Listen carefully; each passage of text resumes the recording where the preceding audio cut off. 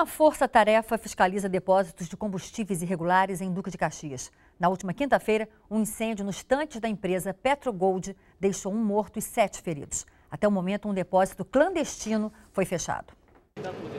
O muro alto e a fachada sem identificação despertaram a desconfiança dos vizinhos, que denunciaram o local. É o risco, a gente fraga aqui o risco que é isso aqui. Esse manuseio inadequado com combustível, o combustível sai da Reduc, eles tiram o selo, roubam o combustível, armazenam nesses depósitos completamente inadequados e vão embora. Quer dizer, é muito perigoso. Este é um dos 6 depósitos clandestinos de combustível que passam por vistoria de mais de 80 agentes da Secretaria Estadual do Meio Ambiente, INEA e polícias militar e civil nesta manhã em Duque de Caxias, Baixada Fluminense. O objetivo é identificar e caçar licenças irregulares em bairros populares do município, evitando que se repitam incêndios como o que atingiu o bairro Jardim Primavera na última quinta-feira. Este galpão foi encontrado abandonado pelos agentes, mas os indícios de que funcionava como depósito clandestino de combustível estão por toda parte, desde o caminhão-pipa até esta bomba de diesel. Um risco para a vizinhança do entorno. No local, foram encontrados diversos lacres de distribuidoras, reforçando a ideia de que o galpão servia para adulterar combustível. Isso aqui é a prova que esse lacre foi rompido aqui, ou seja, aqui foi adulterada a gasolina. A operação já vem sendo realizada há 2 anos e só em Caxias, 18 depósitos foram fechados neste período. Destes, 6 voltaram a funcionar amparados por liminares. O que a gente combinou é um planejamento estratégico de curto e médio prazo, permanente, e agindo também com a Justiça e com o Ministério Público, né? Isso tudo vai ser periciado, apreendido, tem que doer no bolso e a gente tem que chegar aos chefes da máfia dos combustíveis. Pois é, aqui no estúdio eu converso com a presidente do Instituto Estadual do Ambiente, Marilene Ramos. Boa tarde, bem-vinda. Boa tarde. Bom, a gente viu aqui que nos últimos 2 anos, 18 depósitos clandestinos foram fechados, mas pelo menos 6 deles voltaram a funcionar. Por que, presidente, isso acontece? Eles têm uma liminar, mas e fica por isso?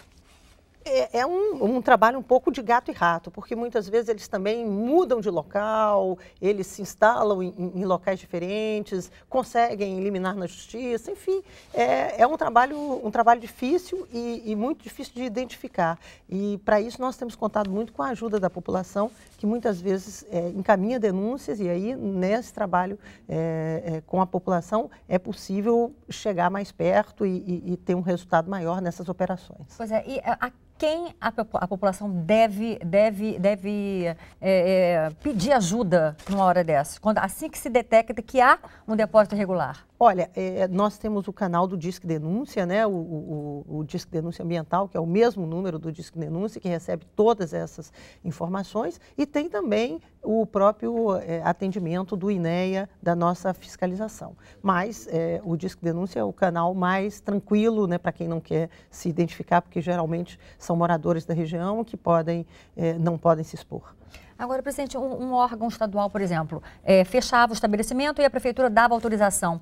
Quer dizer, um órgão estadual não teria prioridade numa decisão dessas?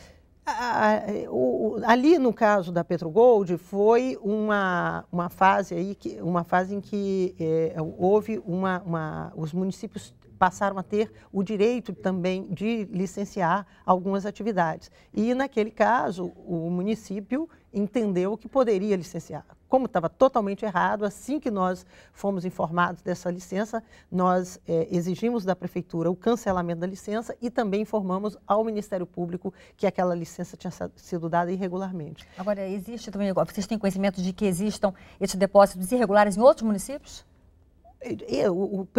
No estado todo, nós temos casos de depósitos, tem sido feito nos últimos anos um grande esforço de fechar esses depósitos. Nós tivemos fechamento de depósitos lá no Médio Paraíba, ali em Volta Redonda, Barra Mansa, em Resende, também lá em Campos nós já tivemos fechamento.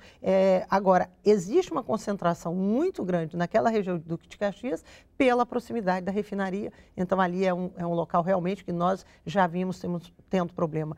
Quando nós tivemos o problema do óleo no rio Calombé e no rio Pilar, que até houve um incêndio, alguns episódios de incêndio no rio, a principal fonte são esses depósitos de adulteração de combustível, porque no processo de adulteração eles acabam gerando resíduos e, como não é um sistema licenciado, não tem nenhum tipo de tratamento, esse resíduo acaba indo para a água, para a rede de águas pluviais e vai para os rios. Então, além do desastre, né? Do desastre, de colocar em risco a vida das pessoas que vivem ali em torno, é uma atividade absolutamente criminosa, ela é também criminosa do ponto de vista ambiental, porque gera um impacto ambiental, gera uma poluição imensa ali naquela região.